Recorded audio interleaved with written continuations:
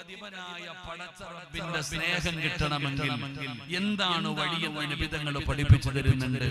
ഈ നന്മകൾ ആരാണോ ജീവിതത്തിൽ ചെയ്യുന്നത് ആ ചെയ്യുന്നവർക്ക് അള്ളാഹുവിന്റെ സ്നേഹം ലഭിക്കും.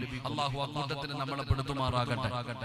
അള്ളാഹു ആ കൂട്ടത്തിൽ നമ്മളെ പെടുത്തുമാറാകട്ടെ. ഈ ലോകത്തിന്റെ അധിപനായ അള്ളാഹു എന്നെയും നിങ്ങളെയും ഇഷ്ടപ്പെടണമെങ്കിൽ എന്താണ് നാം ചെയ്യേണ്ടത്? എന്ത് ചെയ്താലാണ് അള്ളാഹ് നമ്മളെ ഇഷ്ടപ്പെടുക? അള്ളാഹുവിന്റെ സ്നേഹം നേടിയെടുക്കുവാനുള്ള വഴി എന്താ? എന്റെ പ്രിയപ്പെട്ടവരെ, പ്രവാചകൻ സല്ലല്ലാഹു അലൈഹി വസല്ലമ തങ്ങൾ 8 നന്മകൾ പഠിപ്പിച്ചു തരുന്നു. 8 നന്മകൾ പഠിപ്പിച്ചു തരുന്നു. ഈ പറയുന്ന 8 നല്ല കാര്യം ആര് ചെയ്യുന്നുണ്ടോ ആ ചെയ്യുന്നവനെ അള്ളാഹു ഇഷ്ടപ്പെടുന്നുണ്ട്. അള്ളാഹു ആ കൂട്ടത്തിൽ നമ്മളെ പെടുത്തുമാറാകട്ടെ. അള്ളാഹു ആ കൂട്ടത്തിൽ നമ്മളെ പെടുത്തുമാറാകട്ടെ. അപ്പൊ 8 പറയാമെന്ന് വാക്കൊന്നും ഞാൻ പറയൂല. ഇൻഷാ അല്ലാഹ് ഒരെണ്ണം പറഞ്ഞിട്ട് നമുക്ക് ദുആ ചെയ്ത് പിരിയാം. ഒരേ ഒരു നന്മ, ആ ഒരു നന്മ പറഞ്ഞിട്ട് ഇൻഷാ അല്ലാഹ് ഈ മജ്ലിസിൽ നിന്ന് ഇറങ്ങുമ്പോ നമ്മുടെ ജീവിതത്തിൽ ചെയ്ത ഇന്ന് ഒരു കൊല്ലമല്ല നമ്മുടെ ആയുസ്സിൽ ഇന്ന് വരെ ചെയ്ത പാപം മുഴുവനും ഈ മജ്ലിസിൽ വെച്ച് കഴുകി കളഞ്ഞിട്ട് ഹജ്ജ് ചെയ്ത ഹാജിയെ പോലെ, ഹജറുൽ അസ്വദ് മുത്തിയ മനുഷ്യനെ പോലെ, ഉമ്മ ഇന്ന് പ്രസവിച്ച മക്കളെ പോലെ നമുക്ക് ഈ മജ്ലിസിൽ നിന്ന് ഇറങ്ങി പോകണം. അല്ലാഹു ഭാഗ്യം തരുമാറാകട്ടെ. അല്ലാഹു ഭാഗ്യം തരുമാറാകട്ടെ. അങ്ങനെ ഇറങ്ങി പോകണ്ടേ? അങ്ങനെ ഇറങ്ങി പോകണ്ടേ? നിങ്ങളുടെ ജീവിതത്തിൽ ചെയ്ത മുഴുവൻ പാപങ്ങളും ഇന്നിവിടെ കഴുകിയിട്ട് വേണം എനിക്ക് നിങ്ങൾക്കും ഇവിടെ നിന്ന് പിരിയാൻ. അല്ലാഹു ഭാഗ്യം തരുമാറാകട്ടെ. ഇൻഷാ അല്ലാഹ്, ഇൻഷാ അല്ലാഹ്, ഇൻഷാ അല്ലാഹ് ഖുർആനിലെ 3 ആയത്ത് ഞാൻ പറഞ്ഞു തരാം. അള്ളാഹുവിന്റെ വിശുദ്ധമായ ഖുർആനിലെ 3 ആയത്തുകൾ ഞാൻ പറഞ്ഞു തരാം. ആ 3 ആയത്ത് ഇഖ്ലാസോടുകൂടി ആത്മാർത്ഥമായിട്ട് തൗബ ചെയ്യുന്ന മനസ്സോടുകൂടി ഇന്നിവിടെ ഇരുന്ന് പാരായണം ചെയ്താൽ ഇന്ന് വരെ ചെയ്തതൊക്കെ കഴിഞ്ഞു. അള്ളാഹു പുറത്തുമാറാകട്ടെ. അള്ളാഹു പുറത്തുമാറാകട്ടെ. ഇബ്നു മസ്ഊദ് തങ്ങൾ പറയുന്നുണ്ട് 3 ആയത്ത് ഞാൻ നിങ്ങൾക്ക് പറഞ്ഞു തരാം. ആ 3 ആയത്ത് ഇന്ന് പാരായണം ചെയ്യണം. ഇവിടെ ഇരുന്ന് 3 ആയത്ത് പാരായണം ചെയ്ത് പാവങ്ങൾ മുഴുവനും കഴുകി കളഞ്ഞിട്ട് ഇൻഷാ അല്ലാഹ് നമുക്ക് പിരിയാം. അല്ലാഹു ഭാഗ്യം തരുമാറാകട്ടെ. അല്ലാഹു ഭാഗ്യം തരുമാറാകട്ടെ. എന്റെ പ്രിയപ്പെട്ട സഹോദരങ്ങളെ, അപ്പൊ ഈ ലോകത്തിന്റെ അധിപനായ അള്ളാഹുവിന്റെ ഇഷ്ടം കിട്ടാനുള്ള, അള്ളാഹുവിന്റെ സ്നേഹം കിട്ടാനുള്ള ഒന്നാമത്തെ വഴി എന്താ? അള്ളാഹു നമ്മളെ ഇഷ്ടപ്പെടണമെങ്കിൽ, അള്ളാഹുവിന്റെ സ്നേഹം നമുക്ക് ലഭിക്കണമെങ്കിൽ എന്റെ പ്രിയപ്പെട്ടവരെ അതിനുള്ള ഒന്നാമത്തെ വഴി എന്താണ്? അതിനുള്ള ഒന്നാമത്തെ മാർഗം എന്തെന്നറിയോ? അള്ളാഹുവിന്റെ വിശുദ്ധമായ കലാം, അള്ളാഹുവിന്റെ പരിശുദ്ധമായ ഖുർആൻ, നമ്മുടെ കയ്യിലിരിക്കുന്ന വിശുദ്ധമായ ഖുർആൻ ഉണ്ടല്ലോ, ആ ഖുർആൻ അള്ളാഹുവിന്റെ കലാമാണ്. ആ പരിശുദ്ധമായ ഖുർആൻ അല്ലാഹുവിന്റെ കലാമാണ്. ആ പരിശുദ്ധമായ ഖുർആൻ പാരായണം ചെയ്യുമ്പോൾ ഓരോ ആയത്തുകൾ കേൾക്കുന്നവരാണ്, ഓരോ ആയത്തുകൾ ഓതുന്നവരാണ്. അല്ലാഹുവിന്റെ പരിശുദ്ധമായ ഖുർആൻ ഓതുമ്പോൾ അതിന്റെ അർത്ഥം മനസ്സിലാക്കിയിട്ട് നീ പാരായണം ചെയ്താൽ നിന്നെ അല്ലാഹു ഇഷ്ടപ്പെടുമെന്ന് നബി മുഹമ്മദ് മുസ്തഫ സല്ലല്ലാഹു അലൈഹി വസല്ലമ തങ്ങൾ പറയുകയാണ്. അതിനുള്ള ഒന്നാമത്തെ വഴി എന്തെന്നറിയോ? അല്ലാഹു നമ്മളെ ഇഷ്ടപ്പെടാനുള്ള ഒന്നാമത്തെ മാർഗം എന്താണ്?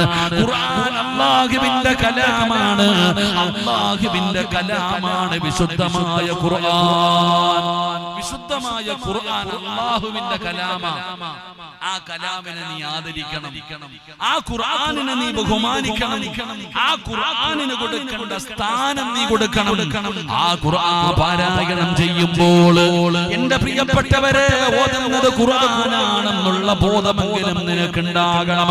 അല്ലാതെ പടച്ചവനെ വെറുതെയല്ല ഒരു ചെവിയിലൂടെ കേട്ട് മറു ചെവിയിലൂടെ കളയാനുള്ളതല്ല. അല്ലാഹുവിന്റെ കലാം ആദരിക്കാറുണ്ടോ? തൊപ്പിയും താടിയും തഴമ്പുമുള്ള ഫർദയും ഹിജാബും ഇട്ട കയ്യിലെ തസ്ബീഹും പിടിച്ച് ഈ വഅദിന്റെ മജ്ലിസിൽ വന്നിരിക്കുന്ന ഉമ്മയോട് പെങ്ങളോട് സ്വന്തം മനസാക്ഷിയോട് ചോദിക്ക്, നീ അല്ലാഹുവിന്റെ കലാമിനെ ആദരിക്കുന്നവളാണോ? അല്ലാഹുവിന്റെ വിശുദ്ധമായ ഖുർആനിനെ പരിഗണിക്കുന്നവളാണോ? അതിന് കൊടുക്കേണ്ട സ്ഥാനം നീ കൊടുത്തിട്ടുണ്ടോ? എന്റെ പ്രിയപ്പെട്ടവരെ, ഞാനും നിങ്ങളും ഇന്ന് ഖുർആനിന് കൊടുക്കേണ്ട സ്ഥാനം എന്തെന്നറിയോ? വീടിന്റെ എന്റെ അലമാരിയുടെ മുകളിൽ പൊടിയടിച്ച് കിടക്കുകയാണ്. ആരെങ്കിലും കുടുംബത്തിൽ മരണപ്പെട്ടാൽ ആ മരണ ദിവസം ഓതാനുള്ള ഒരു ഗ്രന്ഥമായ അല്ലാഹുവിന്റെ ഖുർആൻ പെട്ടെന്ന് മാറിയല്ലോ. അതിനെ ആദരിക്കാറില്ല, ബഹുമാനിക്കാറില്ല. അതിന്റെ മുകളിൽ ഇരിക്കുന്ന പൊടി പോലും ഞാനും നിങ്ങളും ഒന്ന് തുടച്ചു കളയാറില്ല. എന്റെ പ്രിയപ്പെട്ടവരെ, നമുക്ക് കളിയായി, തമാശയായി, നിസാരമായി എന്നാ നിനക്ക് ആ ഖുർആനിനെ കുറിച്ച് അറിയോ? എല്ലാവരോടും കളിക്കുന്നത് പോലെ ഖുർആനിനോട് കളിക്കല്ലേ. ആ ഖുർആനിന്റെ പവർ എന്തെന്നറിയോ? ആ ഖുർആനിന്റെ മഹത്വം എന്തെന്നറിയോ? അല്ലാഹുവിന്റെ വിശുദ്ധമായ ഖുർആനിൽ അല്ലാഹു സുബ്ഹാനഹു വ തആല ഖുർആനിനെ കുറിച്ച് പറഞ്ഞത് എന്തെന്നറിയോ? ലൗ അൻസൽനാ ഹാദൽ ഖുർആന അലാ ജബലിൻ ലറഅയ്തഹു ഖാശിഅൻ മുതസദ്ദിയൻ മിൻ ഖസിയത്തില്ലാഹ്.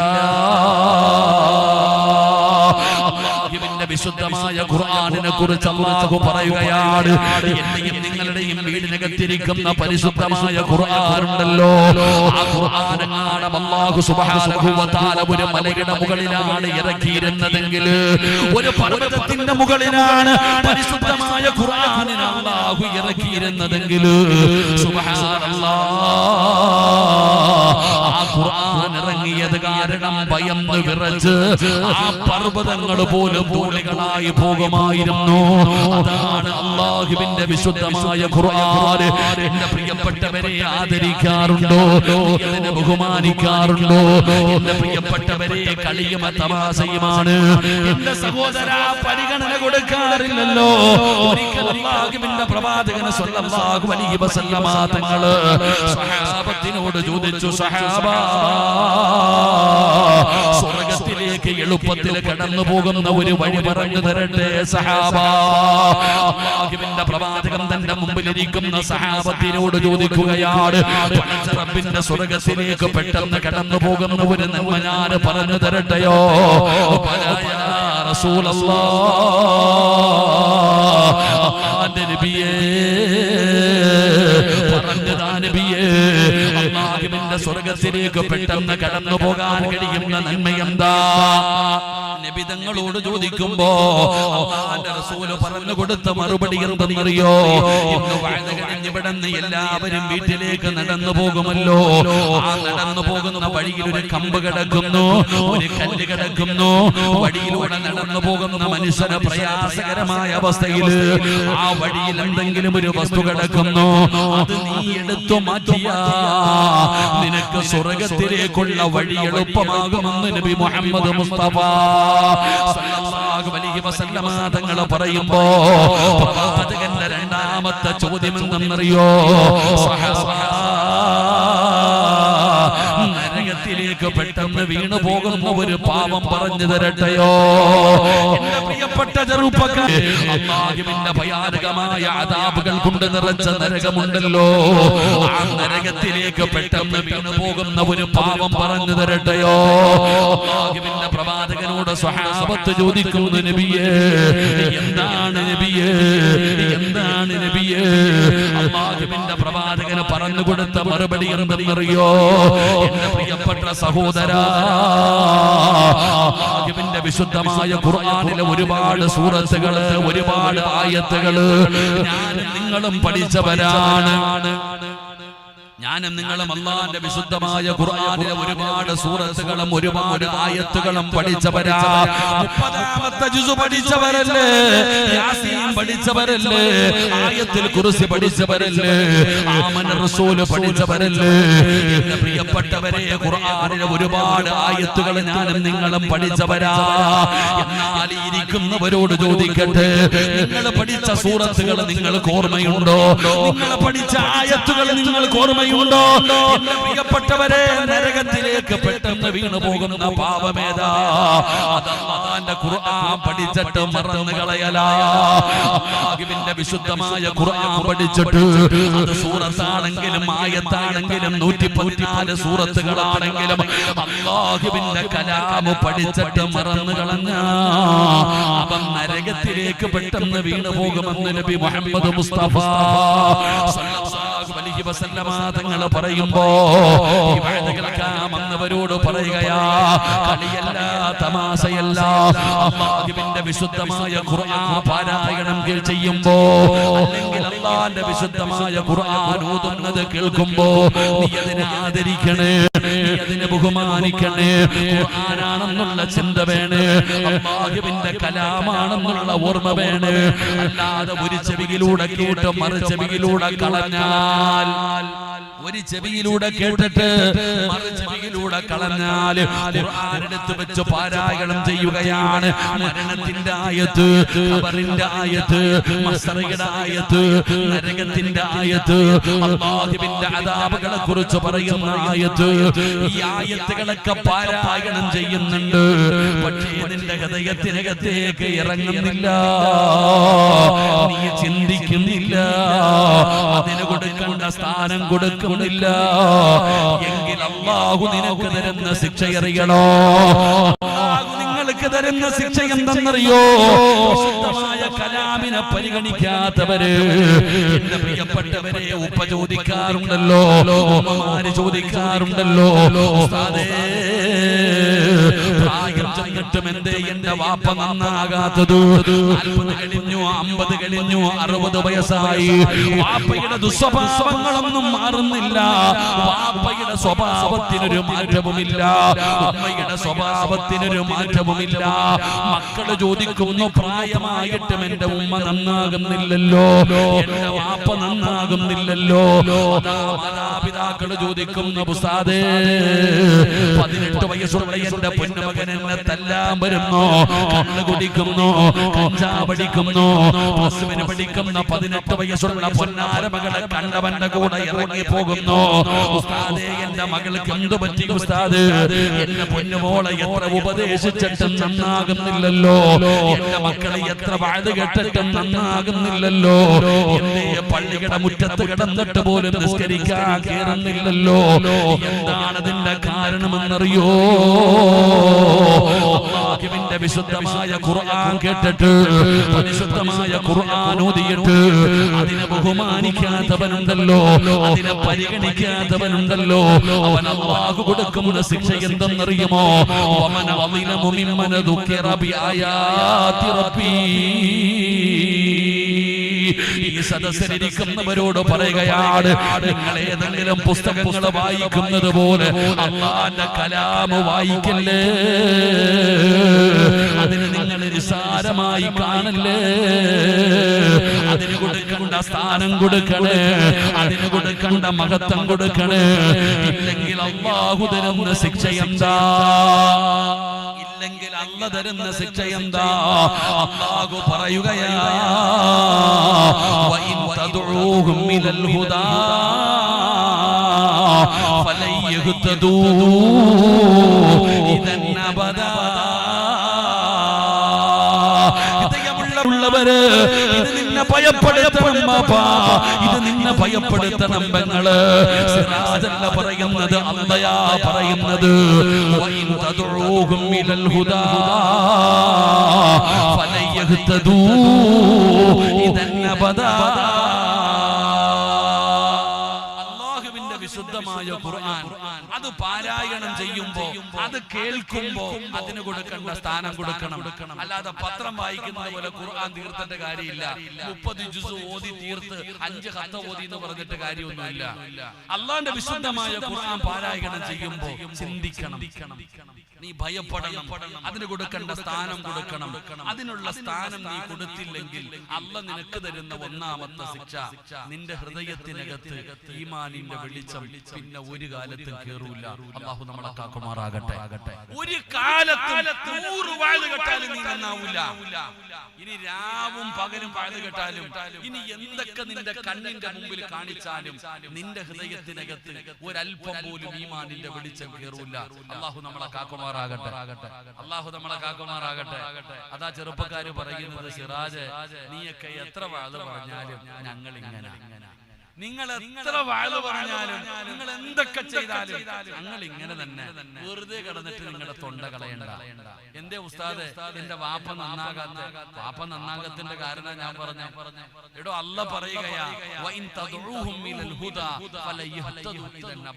അവരുടെ ഹൃദയത്തിനകത്ത് ഈമാനിന്റെ വെളിച്ചം കേറൂല. 18 വയസ്സുള്ളവൻ 10ാം ക്ലാസ്സിൽ പഠിക്കുന്നവൻ അവൻ കഞ്ചാവ് അടിക്കുന്നു, അവൻ മയക്കുമരുന്ന് ഉപയോഗിക്കുന്നു, വാപ്പാടെ നേരെ നിന്ന് തല്ലാൻ കൈവക്കുന്നു, ഉമ്മാനെ ചീത്ത വിളിക്കുന്നു, കണ്ടവന്റെ കൂടെ ഇറങ്ങിപ്പോകാൻ ബാഗും കെട്ടി റെഡിയാകുന്നു. എത്ര ഉപദേശിച്ചു, നേരെയാകുന്നില്ല. ഉമ്മ ചോദിക്കുകയാ, എന്റെ മോൾ ഇങ്ങനൊന്നും ആയിരുന്നില്ലല്ലോ, എന്റെ മകൻ ഇങ്ങനൊന്നും ആയിരുന്നില്ലല്ലോ. അതിന്റെ കാരണം എന്തേ ഉപ്പ? അതിന്റെ കാരണമാണ് ഞാൻ പറയുന്നത്. എന്റെ പ്രിയപ്പെട്ടവരെ, നമ്മുടെ എത്ര വഴുതു പറഞ്ഞാലും അവര് കേൾക്കൂല, നമ്മൾ എത്ര ഉപദേശിച്ചാലും അവര് കേൾക്കൂല. കാരണം ഞാൻ പറഞ്ഞതല്ല. വൈദ ഖാല മൂസാ ലിഖൗമിഹി യാ ഖൗമി ലിമ തുഉദൂനനി വഖദ് തഅലമൂന അന്നി റസൂലുള്ളാഹി ഇലൈക്കും ഫലമ്മാ സാഗൂ അസാല്ലാഹു ഖുലൂബഹും വല്ലാഹു ലാ യഹ്ദിൽ ഖൗമൽ ഫാസിഖീൻ. നിന്റെ മക്കളുടെ ചെവി അല്ലാഹു അടച്ചു വെച്ചിരിക്കുകയാണ്. നിന്റെ ചെവി അല്ലാഹു അടച്ചു വെച്ചിരിക്കുകയാണ്. എത്ര വഅദ് പറഞ്ഞാലും കേൾക്കൂല, എത്ര ഉപദേശം കൊടുത്താലും കേൾക്കൂല. നിന്റെ ചെവി അല്ലാഹു അടച്ചു വെച്ചിരിക്കുകയാണ്. നിന്റെ ഹൃദയം അല്ലാഹു സീരി വെച്ചിരിക്കുകയാണ്. അകത്ത് കേറൂല, പിന്നെ അകത്ത് കേറൂല. അതിന്റെ കാരണം നീ ഖുർആനിനെ കളിയാക്കിയതാ. അതിന്റെ കാരണം ഖുർആനിനെ നീ നിന്ദിച്ചതാ. അതിന്റെ കാരണം ഖുർആനിന് കൊടുക്കേണ്ട സ്ഥാനം കൊടുത്തില്ല, ആ ഖുർആനിന് കൊടുക്കേണ്ട ആദരവ് കൊടുത്തില്ല. നീ അതിനെ നിസാരമായി കണ്ടു, നീ അതിനെ സംഗീതം പോലെ കണ്ടു. അല്ലാഹുവിന്റെ കലാം അത് നിന്നെ നന്നാക്കാൻ തന്നതാണെന്നുള്ള ഓർമ്മ നിനക്കില്ലാതെ പോയി.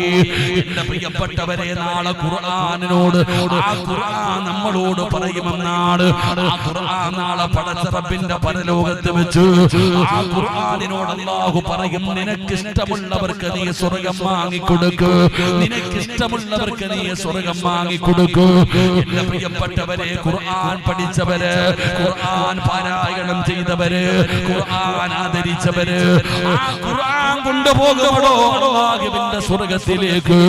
അതുകൊണ്ട് എന്റെ പ്രിയപ്പെട്ടവരോട് പറയുകയാ, അല്ലാഹുവിന്റെ കലാമിന് കൊടുക്കേണ്ട സ്ഥാനം കൊടുക്കണേ. മരണത്തിന്റെ ആയത്തതിന് അർത്ഥം പഠിക്കണമെന്നില്ലല്ലോ. ഞങ്ങളെ പോലെ 7-8 വർഷമല്ലെങ്കിലും 10 കൊല്ലം പോയിരുന്നിട്ട് നിങ്ങൾ കിതാബ് പഠിക്കണമെന്ന് ഞാൻ പറയുന്നില്ല. ഈ സദസ്സിലിരിക്കുന്ന പ്രായമുള്ളവരോട് ചോദിക്കട്ടെ, ഖുർആൻ ഓതാൻ അറിയില്ലെങ്കിലും ഖുർആനിന്റെ അർത്ഥം അറിയില്ലെങ്കിലും ചില ആയത്തുകൾ പാരായണം ചെയ്താൽ നിനക്കറിയാം അതിന്റെ അർത്ഥം എന്താ. ചില ആയത്തിന്റെ അർത്ഥം എന്താണെന്ന് ഖുർആൻ ഓതാത്ത അറിയാത്ത വാപ്പയ്ക്ക് പോലും അറിയാം. കുല്ലു നഫ്സിൻ ദായിഖത്തുൽ മൗത്ത്. ഇതിന്റെ അർത്ഥം എന്താണെന്ന് ഒരു വാപ്പയോട് ഞാൻ പറഞ്ഞു തരണ്ട. മരണത്തെ കുറിച്ചാണ് പറയുന്നത്. ഇതുപോലെ ഒരുപാട് ആയത്തുകൾ ഞാൻ നിങ്ങളും പഠിച്ചവരാണ്. അതുകൊണ്ട് എന്റെ പ്രിയപ്പെട്ടവരോട് പറയുകയാ, അല്ലാഹുവിന്റെ വിശുദ്ധമായ ഖുർആനിലെ ആയത്തുകൾ കേൾക്കുമ്പോ നമ്മുടെ ജീവിതത്തിൽ മാറ്റം വരുത്താൻ കഴിയണം സഹോദരാ. ഒരുപാട് പേര് നന്നായല്ലോ, എന്റെ ചെറുപ്പക്കാരാ നന്നാകാത്തത്, എന്റെ ചെറുപ്പക്കാരാ ജീവിതത്തിൽ മാറ്റം വരുത്താത്തത്. എന്റെ പ്രിയപ്പെട്ട സഹോദരിമാരെ, അല്ലാഹുവിന്റെ വിശുദ്ധമായ ഖുർആനിന്റെ ആയത്തുകൾ കേട്ടിട്ട് എന്തുകൊണ്ടാണ് നിങ്ങളുടെ ജീവിതത്തിൽ മാറ്റം വരുത്താൻ കഴിയാത്തത്? പണ്ടങ്ങനെയായിരുന്നടോ. അല്ലാഹുവിന്റെ കലാം കേട്ട് നന്നായ ഒരുപാട് പേരുടെ ചരിത്രമുണ്ടല്ലോ. എത്രയോ മോശമായ ജീവിതം നയിച്ചവര്, കള്ളും പെണ്ണും കഞ്ചാവുമായി ജീവിച്ചിരുന്ന എത്രയോ പേരുണ്ട്. എന്റെ പ്രിയപ്പെട്ടവരെ, ഫുളൈൽ എന്ന് പറയുന്ന ഒരു ചെറുപ്പക്കാരനുണ്ടായിരുന്നു. എന്റെ ചെറുപ്പക്കാർക്ക് പഠിക്കാൻ ഒരു ചരിത്രം പറയാ. ഫുളൈൽ എന്ന് പറയുന്ന ഒരു ചെറുപ്പക്കാരനുണ്ടായിരുന്നു.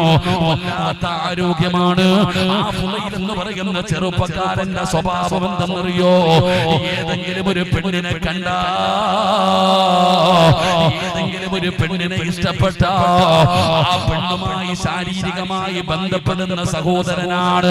അങ്ങനെ ഒരു സ്വഭാവമുള്ള ചെറുപ്പക്കാരനാണ് ഫുളൈല്. ഫുളൈല് തന്റെ കൂട്ടുകാരുടെ കൂടെ ഇരിക്കുമ്പോ കൂട്ടുകാര് പറഞ്ഞു, ഫുളൈല്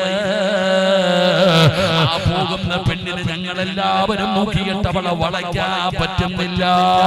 ഞങ്ങളൊക്കെ എത്ര പരിശ്രമിച്ചിട്ടും ആ പോകുന്ന പെണ്ണിനെ നമ്മൾക്ക് പ്രേമിക്കാൻ കഴിയുന്നില്ല. ആ പെണ്ണ് ഞങ്ങളുടെ വരുതിയിലേക്ക് വരുന്നില്ല.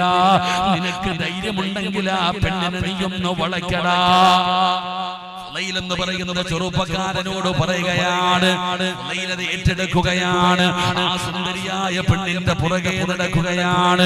എത്ര പരിശ്രമിച്ചിട്ടും ആ പെണ്ണ് വഴങ്ങി കൊടുക്കുന്നില്ല. എന്തൊക്കെ പറഞ്ഞു കൊടുത്തിട്ടും ആ പെണ്ണ് സഹകരിക്കുന്നില്ല. അവസാനം എന്റെ പ്രിയപ്പെട്ടവരെ ഫുളൈലിന് ദേഷ്യമായി, ഫുളൈലിന് വല്ലാത്ത വൈരാഗ്യമായി. കൂട്ടുകാരുടെ മുമ്പിൽ നാണം കെട്ടുപോകുമല്ലോ.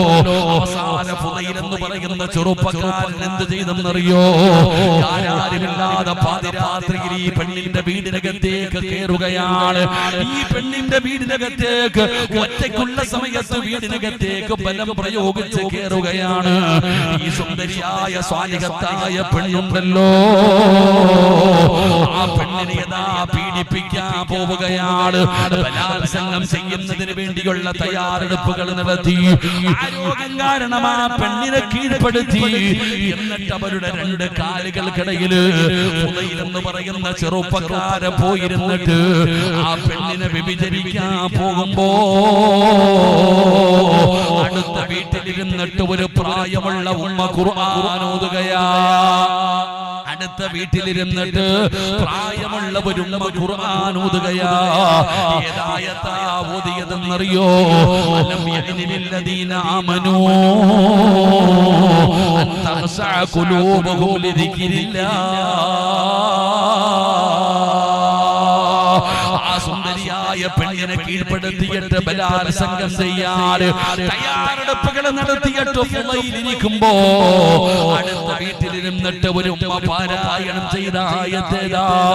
അലം യഅനില്ലദീന ആമനൂ അൻ തഖ്ശഅ ഖുലൂബുഹും ലിദിക്രില്ലാഹ്. അല്ലാഹുവേ, ചോദിക്കുന്നു ഫുളൈല്, അല്ലാഹുവിന്റെ കലാം കേട്ടോടാ ഫുളൈല്, അല്ലാഹുവിന്റെ കലാം കേട്ടോ ഫുളൈല്. നന്നാകാ സമയമായില്ല, നിനക്ക് നിർത്താ സമയമായില്ല, നിന്റെ സ്വഭാവത്തിൽ മാറ്റം വരുത്താ സമയമായില്ല. ഫുളൈൽ എന്ന് പറയുന്ന ചെറുപ്പക്കാരന്റെ കൈകാലുകൾ വിറയ്ക്കുകയാണ്. ഖുർആനിലെ ഒരായത്ത് കേട്ടപ്പോ, വിശുദ്ധമായ ഖുർആനിലെ ഒരായത്ത് കേട്ടപ്പോ ഫുളൈൽ എന്ന് പറയുന്ന തെമ്മാടിയായ ചെറുപ്പക്കാരൻ കാണുന്ന ഇഷ്ടപ്പെടുന്ന പെണ്ണുങ്ങളെ മുഴുവനും വ്യഭിചരിച്ചിരുന്ന ഫുളൈല് അല്ലാഹുവിന്റെ പരിശുദ്ധമായ ഖുർആനിലെ ഒറ്റായത്ത് കേട്ടപ്പോ നിറകണ്ണുകളോട് അവിടുന്ന് പെണ്ണിന്റെ മുമ്പിൽ നിന്ന് ഇറങ്ങി പോവുകയാ. അവസാനം ഫുളൈൽ ആരായെന്ന് ചരിത്രം വായിച്ചു നോക്കണോ? ജീവിതത്തിൽ മാറ്റം വരുത്തിയത് അല്ലാഹുവിന്റെ വിശുദ്ധമായ ഖുർആൻ. ആ ഖുർആനിലെ ഒരായത്തായിരുന്നു. എന്തിനാ മഹാനായ സയ്യിദുനാ ഉമർ ഇബ്നുൽ ഖത്താബ്, ആരാണ് ഖത്താബിന്റെ മകൻ ഉമർ എന്നറിയോ? ക്രൂരനായ ഉമർ. ഉമർ നന്നായത് ഖുർആനിലെ ഒരായത്ത് കേട്ടിട്ടാ. അല്ലാഹുവിന്റെ വിശുദ്ധമായ ഖുർആനിലെ ഒരായത്ത് കേട്ടിട്ടല്ലേ ഉമർ ഇബ്നുൽ ഖത്താബ് നന്നായത്. അല്ലാഹുവിന്റെ പ്രവാചകന്റെ തലയെടുക്കുമെന്ന് പറഞ്ഞു പോയ ഉമർ ഇബ്നുൽ ഖത്താബ്. ആരാ ഉമർ എന്നറിയോ? ആരാ ഉമർ എന്നറിയോ?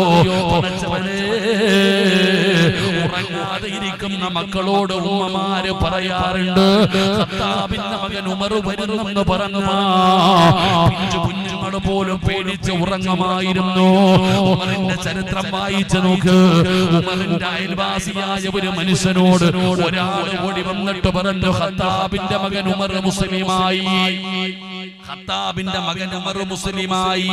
അയൽവാസി പറഞ്ഞ മറുപടി എന്തെന്നറിയോ?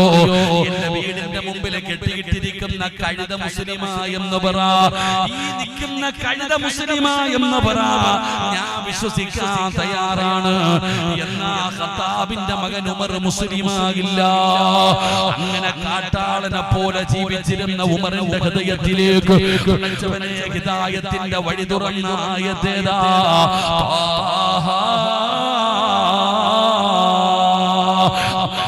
വിശുദ്ധമായ ഖുർആനിലെ സൂറത്തു ത്വാഹയാണ് ഖത്താബിന്റെ മകൻ ഉമറിന്റെ ജീവിതത്തിൽ മാറ്റം വരുത്തിയതെന്ന് ചരിത്രങ്ങൾ പഠിപ്പിച്ചു തരുമ്പോ ഞാനും നിങ്ങളും ഒന്ന് ചിന്തിക്കടോ.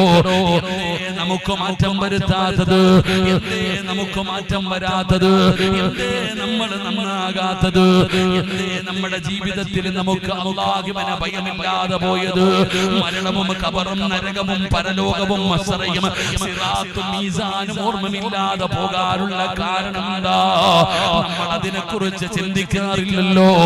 ആരെങ്കിലും പറഞ്ഞു തന്നാ ഒരു ചെവിയിലൂടെ കേട്ടും മറു ചെവിയിലൂടെ കളയുകയാ. കളിയാണ്, തമാശയാണ്, നിസാരമാണ്.